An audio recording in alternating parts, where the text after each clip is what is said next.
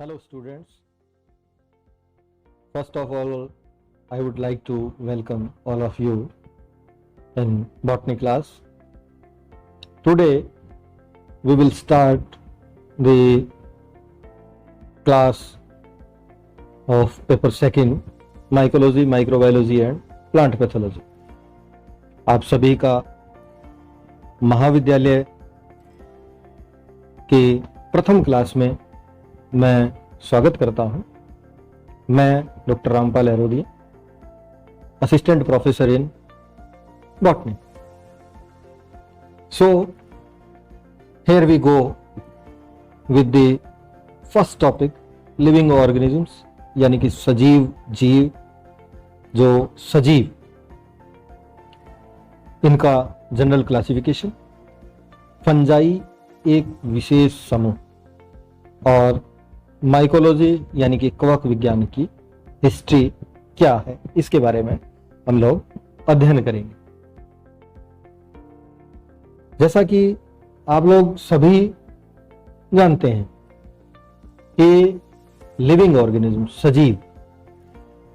सजीव यानी कि जिनके अंदर जीवन हो, और जीवन के लिए क्या लक्षण हैं, उन लक्षणों के आधार पर अगर वो लक्षण पाए जाएंगे तभी हम उनको सजीव जीव या सजीव बोलेंगे।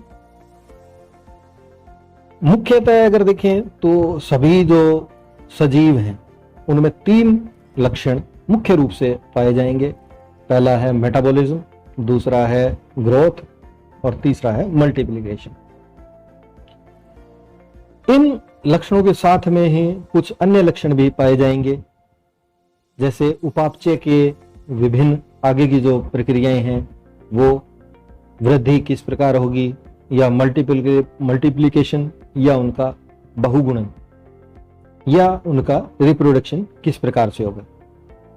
अगर हम लोग देखें कि एक सजीव के अंदर क्या क्या लक्षण पाए जाएंगे, तो उनमें प्रथम जो लक्षण आएगा वो है लाइफ साइकिल, यानी कि जीवन चक्र। प्रत्येक जीव के लाइफ में या जीवन में एक विशेष प्रकार का चक्र पाया जाएगा। इस चक्र के लिए कुछ प्रक्रियाएं जो हैं वो निर्धारित हैं।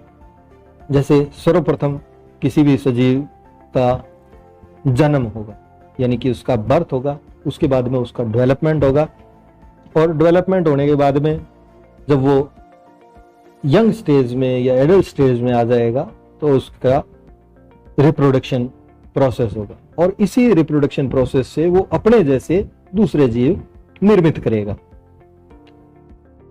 धीरे धीरे कोई भी जीव है उसके जीवन चक्र में जीर्णता यानी कि ओल्ड एज आएगी, और ओल्ड एज आने के बाद में उसके मेटाबॉलिक जो प्रोसेसेस हैं वो धीरे धीरे सीज होना यानी कि बंद होना शुरू कर देंगे। और इसी के साथ में जब ये प्रक्रियाएं धीरे धीरे बिल्कुल स्लो डाउन हो जाएंगी तो एक समय ऐसा आएगा जब उस जीव की मृत्यु हो जाएगी। अब वाइटल जो एक्टिविटीज हैं, उस वाइटल एक्टिविटीज के लिए सबसे जरूरी चीज है प्रोटोप्लाज्म। तो प्रोटोप्लाज्म यानी कि protos means first and plasm means form,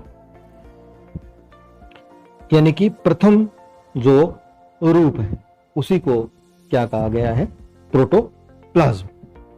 और प्रोटोप्लाज्म ही सभी वाइटल एक्टिविटीज के लिए, यानी कि जो जीवों की जो विभिन्न गतिविधियां हैं, सजीव गतिविधियां हैं, वो प्रोटोप्लाज्म के कारण से ही होंगी। तीसरा जो लक्षण है वो है सेल स्ट्रक्चर, यानी कि प्रत्येक सजीव की जो संरचना है उसका निर्माण किससे होगा, सेल के द्वारा। और सेल की एक खुद की स्वयं की एक विशेष संरचना होगी, जिसके बारे में हम आगे डिस्कस करेंगे। नेक्स्ट जो लक्षण है वो है मेटाबॉलिज्म। मेटाबॉलिज्म मीन्स उपापचय। इसके अंदर हमारे पास में दो प्रकार की प्रक्रियाएं हैं, कैटाबॉलिज्म और एनाबॉलिज्म। मेटाबॉलिज्म के साथ में ही मेटाबॉलिज्म का एक प्रकार है क्रियाओं का, उसके अंदर रेस्पायरेशन यानी कि श्वसन की प्रक्रिया है। नेक्स्ट जो लक्षण है वो है न्यूट्रिशन, यानी कि उनके अंदर पोषण के लिए विभिन्न प्रकार के कोई भी जो मैकेनिज्म है उनमें से एक मैकेनिज्म पोषण के लिए पाया जाएगा। थर्ड है यानी नेक्स्ट है वो है ग्रोथ। ग्रोथ यानी कि वृद्धि। वृद्धि के लिए कोई भी जो जीव है उसके अंदर दो प्रक्रियाएं होती हैं। फर्स्ट सेल का डिवीजन जिससे कि कोशिकाओं की संख्या बढ़ती है। दूसरा जो लक्षण है वो लक्षण है उनके अंदर सेल का एनलार्जमेंट या सेल का इलोंगेशन। सेल एनलार्जमेंट या सेल इलोंगेशन कोशिका के आकार या आकृति को बढ़ाएगा। इसी के साथ सजीवों के अंदर एक लक्षण जो पाया जाएगा वो है मूवमेंट यानी कि गति। गति सजीव स्वयं की के अंदर जो उसके अंदर शक्ति है उस शक्ति के द्वारा ही गति करता है, तो उसको हम लोग मूवमेंट बोलेंगे। मूवमेंट जो है वो किसी भी चीज के अंदर हो सकती है। निर्जीव चीज को अगर बाई फोर्स हम लोग एक स्थान से दूसरे स्थान की तरफ ले जा रहे हैं या उसको हिला डुला रहे हैं तो उसको हम मूवमेंट बोलते हैं। लेकिन यहाँ उसको मूव करने के लिए या उसके मूवमेंट के लिए फोर्स जो है वो एक अलग फैक्टर, जो भी फैक्टर है वो दे रहा है। इसके बाद में जो नेक्स्ट जो लक्षण है सजीवों का उसमें उनकी सेंसिटिविटी या इसी के साथ में अडेप्टेबिलिटी, यानी कि कोई भी जो जीव है वो अपने पर्यावरण के यानी कि उसके चारों तरफ का जो आवरण है उसके प्रति संवेदनाएं दर्शाएगा और उस संवेदना दर्शाने के साथ साथ में ही वो एक निश्चित जो उसका एनवायरनमेंट है उसके साथ में अनुकूलन की प्रक्रिया को भी दर्शाएगा। अब आप लोग जैसा जान चुके हैं कि लिविंग ऑर्गेनिजम्स के अंदर क्या क्या लक्षण होते हैं। उन 3 लक्षणों के अंदर हमारे पास में 3 जो मेन मुख्य जो कैरेक्टर हैं वो है मेटाबॉलिज्म, ग्रोथ और मल्टीप्लिकेशन। अब सजीवों का क्लासिफिकेशन किया गया, तो जो प्रथम क्लासिफिकेशन है सजीवों का, वो सजीवों का प्रथम क्लासिफिकेशन जो एक ब्रॉड क्लासिफिकेशन जिसको आज भी हम लोग फॉलो करते हैं, वो सबसे जो सर्वमान्य एक तरीके से क्लासिफिकेशन है वो क्लासिफिकेशन दिया आर.एच. विटेकर ने, और वो आर.एच. विटेकर ने क्लासिफिकेशन दिया 1969 में। विटेकर ने जो सजीव हैं या जीव हैं उनको 5 विभिन्न किंगडम में क्लासिफाई किया, जिसके अंदर हमारे पास में प्रथम जो है वो है मोनेरा। अब प्रथम ग्रुप के साथ में ही जो चीज जुड़ी हुई है वो है प्रोकैरियोटिक ऑर्गेनिजम्स जो हैं वो मोनेरा ग्रुप के अंदर शामिल किए जाते हैं, जिसके अंदर हमारे पास में जो जीव हैं उनमें शामिल करेंगे हम लोग बैक्टीरिया को या साइनोबैक्टीरिया को। यहां हम लोग वापस से एक बार सेल की बात करेंगे कि प्रोकैरियोटिक सेल्स क्या हैं और ये कोशिका का किस प्रकार का डेवलपमेंट है जिसके अंदर प्रोकैरियोटिक जीव का निर्माण हुआ। प्रोकैरियोटिक ऑर्गेनिजम्स वो जीव हैं या प्रोकैरियोटिक सेल्स वो कोशिकाएं हैं जिनके अंदर प्रोकैरियोन यानी कि आदिम प्रकार का केंद्रक पाया जाता है। यहां आप लोग इसी को बोल सकते हैं न्यूक्लियोइड यानी कि केंद्रकाभ। केंद्रकाभ मीन्स जो न्यूक्लियर मटेरियल है या जो जेनेटिक मटेरियल है उसके ऊपर किसी प्रकार का कोई आवरण नहीं पाया जाता या उसके ऊपर किसी प्रकार की कोई मेम्ब्रेन नहीं पाई जाती। साइटोप्लाज्म के अंदर ही हमारा जो जेनेटिक मटेरियल है वो सस्पेंडेड रहता। नेक्स्ट जो ग्रुप या किंगडम उन्होंने बताया वो था प्रोटिस्टा। इसी को हम लोग प्रोटोटिस्टा भी बोल सकते हैं। इस किंगडम में एक कोशिकीय यूकैरियोट जीवों को रखा जाता है, यानी कि प्रोटिस्टा मुख्यतः एक कोशिकीय यूकैरियोट प्रकार के जीव हैं। नेक्स्ट जो किंगडम RH विटेकर ने दिया वो है प्लांटिड, जो कि आप लोग सभी समझते हैं कि जो ग्रुप है वो प्लांट्स के लिए निर्मित किया गया। और प्लांट्स का जो मुख्य लक्षण है वो है फोटोसिंथेसिस। फोटोसिंथेसिस के साथ साथ में जो अन्य जो लक्षण हैं जो प्लांट्स के अंदर पाए जाते हैं, उनके अंदर उनकी सेल वॉल इस प्रकार की होगी, सेल्यूलोज की होगी, ये ऑटोट्रॉफिक होंगे, इनके अंदर वैक्यूल्स पाई जाएंगी। तो ये जो लक्षण, मुख्य लक्षण जो हैं वो प्लांट्स के अंदर पाए जाते हैं।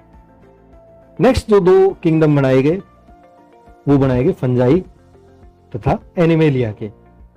तो विटेकर ने जो हेट्रोट्रोफिक जो जीव हैं उनको दो अलग अलग ग्रुप्स के अंदर डिवाइड किया, जिनके अंदर प्रथम है फंजाई। फंजाई मल्टीसेल्युलर ऑर्गेनिजम्स हैं, रेयरली यूनिसेल्युलर हो सकते हैं, लेकिन ये मुख्य बात ये है कि फंजाई जो है वो यूकैरियोटिक प्रकार के जीव हैं जिनके अंदर सेल वॉल प्रेजेंट होती है, लेकिन प्लांट से यह सेल वॉल भिन्न होती है। जो इसके कंपोजिशन है वो सेल्यूलोज की बजाय कार्टीन का होता है। केवल फंजाई के अंदर एक्सेप्शनल रूप से सेल्यूलोज की सेल वॉल पाई जाएगी।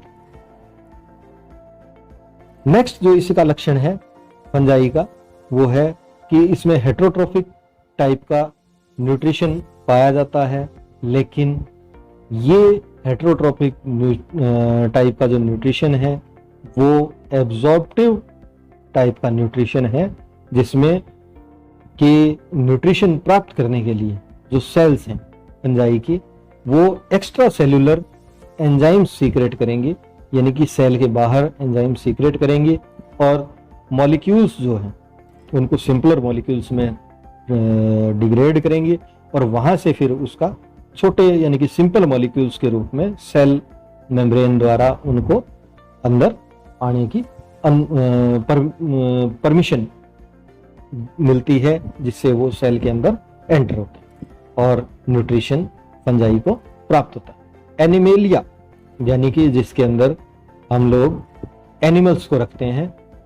एनिमल्स का जो मुख्य लक्षण है वो हेट्रोट्रोफिक नेचर ऑफ न्यूट्रिशन है। हेट्रोट्रोफिक न्यूट्रिशन जो है वो हमारे पास में दो ग्रुप्स के अंदर है, फंजाई और एनिमेलिया के अंदर। यहां देखने लायक चीज ये है कि हेट्रोट्रोफिक न्यूट्रिशन फंजाई से किस प्रकार से भिन्न है। तो आप लोग सभी जानते हैं कि जो जंतु हैं या एनिमल हैं वो इंजेस्टिव टाइप का न्यूट्रिशन उनके अंदर पाया जाता है, यानी कि उनके अंदर एक विशेष प्रकार की संरचना पाई जाती है जिसमें डाइजेशन की प्रक्रिया या पाचन की प्रक्रिया होती है। और यहाँ हमारा जो 5 किंगडम क्लासिफिकेशन है उसका एक जो छोटा स्वरूप है वो मैं आपको डिस्क्राइब कर चुका हूँ। नेक्स्ट क्लासिफिकेशन है 3 domain classification. 3 domain classification Carl Woese द्वारा 1992 के अंदर पब्लिश किया गया। 3 डोमेन क्लासिफिकेशन के अंदर उन्होंने 3 अलग अलग डोमेन बनाए। इन 3 डोमेन्स के अंदर हमारे पास में आर्किया, बैक्टीरिया तथा यूकैरिया सम्मिलित हैं। आर्किया एक प्रकार से एंशिएंट फॉर्म्स हैं। आर्की मीन्स एंशिएंट, यानी कि प्राचीन प्रकार के जीव इसके अंदर सम्मिलित किए गए।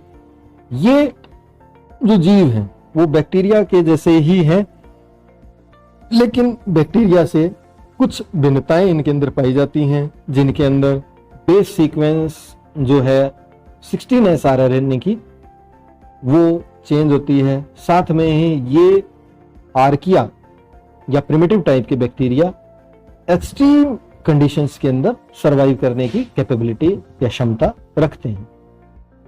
दूसरा जो डोमेन है वो है बैक्टीरिया। बैक्टीरिया आपको जैसे पहले मैं बता चुका कि बैक्टीरिया एक प्रकार के प्रोकैरियोटिक जीव हैं जो या तो यूनिसेल्युलर या कॉलोनी के रूप में पाए जा सकते हैं। इन्हीं को हम लोग ट्रू बैक्टीरिया भी बोलते हैं। नेक्स्ट जो किंगडम है या जो डोमेन है वो है यूकैरिया। यूकैरिया के अंदर कार्ल वुश द्वारा 6 किंगडम अलग अलग निर्धारित किए गए। इन किंगडम्स के अंदर हमारे पास में पहला जो किंगडम है वो है एनिमेलिया, दूसरा है क्रोमिस्टा, तीसरा है फंजाई, चौथा है प्लांटी, फिर प्रोटोजोवा और स्टेमिनोपिली। यहाँ हमारे जो मुख्य हमारे जो आगे काम आने वाले जो ग्रुप हैं वो है हमारे पास में एनिमेलिया, फंजाई या प्लांटी, प्रोटोजोवा,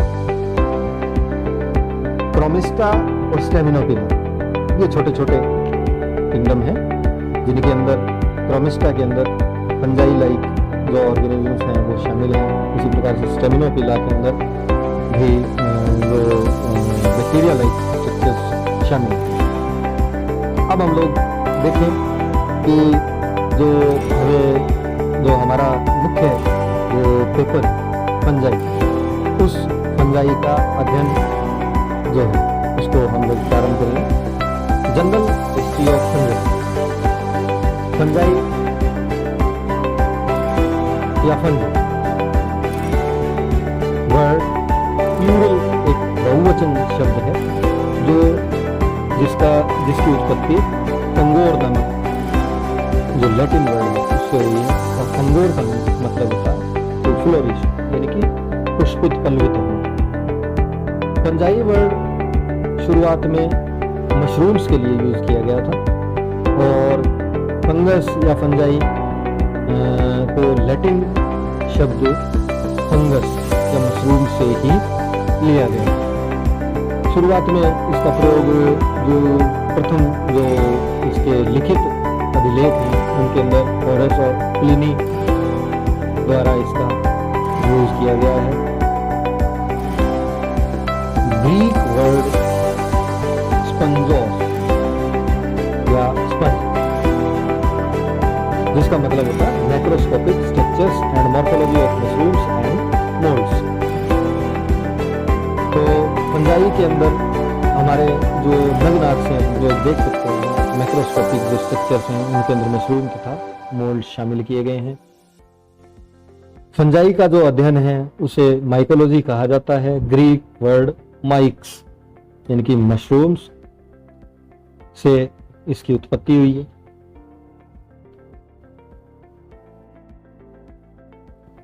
जो भी ग्रुप के अंदर यानी कि फंजाई ग्रुप के अंदर जो भी जीव हैं, ये जो एक निश्चित स्थान स्पेसिफिक रीजन जहां ये पाए जा सकते हैं, एक पर्टिकुलर रीजन को उसको माइकोबायोटा कहा जाता है। फ्रीज जो है उसको माइकोलॉजी का लीनियस कहा जाता है। फ्रीज ने ही एक बुक लिखी सिस्टम माइकोलॉजी का। माइकेली को माइकोलॉजी का फादर या फाउंडर कहा जाता है। इनकी जो एक विख्यात जो बुक है उसका नाम है नोवा प्लांटेरम जेनेरा। लीनियस ने जो प्रथम क्लासिफिकेशन लिविंग ऑर्गेनिजम्स का दिया उसके अंतर्गत इन्होंने फंजाई को वर्म्स या वर्मीज कहा या इनको केओस भी कहा, यानी कि जिनका केओस यानी कि अस्त व्यस्त, यानी कि इस ग्रुप में निश्चितता बहुत कम है, इसीलिए उन्होंने इसको केओस कहा। एंटोन डी बेरी को मॉडर्न माइकोलॉजी या प्लांट पैथोलॉजी का फादर भी कहा जाता है। एंटोन डी बेरी मुख्यतः प्लांट पैथोलॉजी के अंदर काफी इनका काम है। अलेक्जेंडर फ्लेमिंग हैं जिन्होंने प्रथम जो एंटीबायोटिक है प्रतिजैविक है पेनिसिलिन, इसको पेनिसिलियम नोटेटम जो ऑर्गेनिज्म है फंजाई के अंदर उससे आइसोलेट किया। एफ ब्लैकेस्ली जिन्होंने हेट्रोथिलिज्म की खोज की राइजोपस नाइग्रिकेंस में। तो आज का जो टॉपिक है वो मैं यहीं समाप्त करता हूं। धन्यवाद।